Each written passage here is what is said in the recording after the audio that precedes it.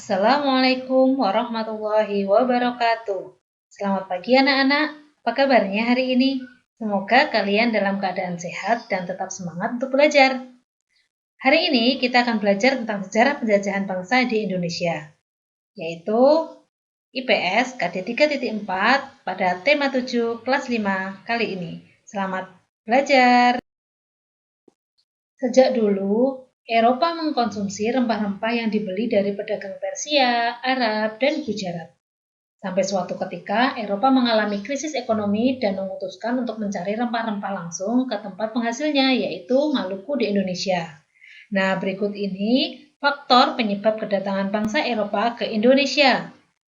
Yang pertama, terputusnya jalur perdagangan. Yang kedua, krisis ekonomi dan kemerosotan perdagangan. Yang ketiga, mencari rempah-rempah langsung. Dan yang keempat, melakukan penjelajahan samudera.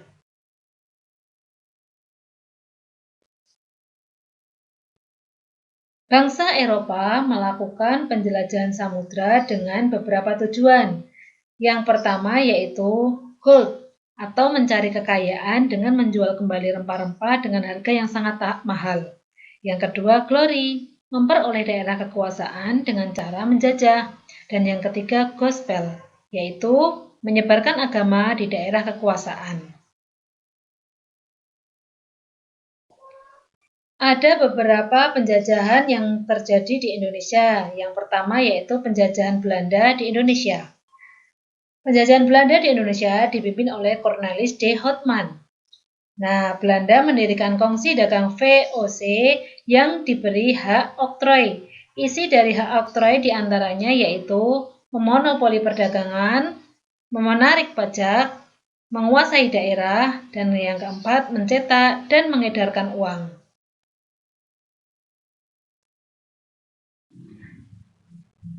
Penjajahan Belanda selama di Indonesia memberikan kebijakan yang sangat merugikan rakyat Indonesia, antara lain kerja paksa atau kerja rodi, yaitu membuat jalan raya anyar panarukan. Yang kedua, penarikan pajak. Rakyat dipaksa menyerahkan hasil buminya. Yang ketiga, tanam paksa, yaitu warga dipaksa menanam komoditas ekspor. Selanjutnya, penjajahan Inggris di Indonesia. Penjajahan Inggris di Indonesia dipimpin oleh Raffles, di mana kebijakannya antara lain yang pertama, membagi Pulau Jawa menjadi 16 karesidenan.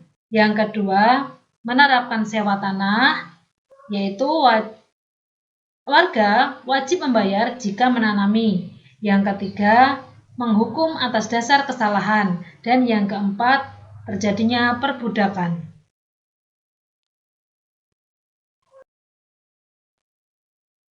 Penguasaan Indonesia oleh Eropa menyadarkan rakyat Indonesia untuk berjuang merebut kembali kemerdekaan.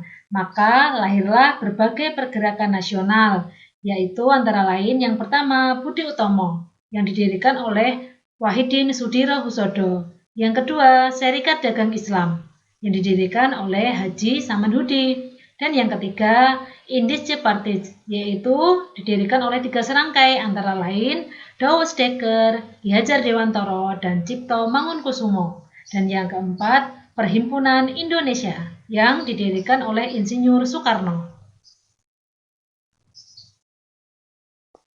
Pergerakan nasional melatar belakangi terbentuknya Gerakan Pemuda. Namun, Gerakan Pemuda ini masih bersifat kedaerahan, antara lain Yong Java, Yong Sumatera dan Bon, Yong Celebes, Yong Ambon, dan pemuda kaum Betawi.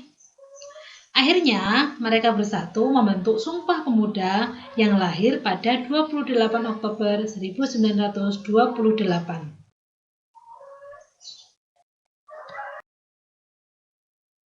Detik-detik proklamasi. Detik-detik proklamasi kemerdekaan Indonesia yaitu dimulai dengan kekosongan kekuasaan Jepang karena Jepang dibom oleh sekutu, lalu dibawanya golongan tua ke Rengas Dengklok, yaitu di rumah Laksamana Tadashi Maeda. Teks proklamasi diketik oleh Sayuti Melik pada tanggal 17 Agustus 1945 Jam 10 teks proklamasi dibacakan oleh Insinyur Soekarno, yaitu di Jalan Pegangsaan Timur nomor 56. Dengan bendera merah putih yang dijahit oleh Ibu Fatmawati.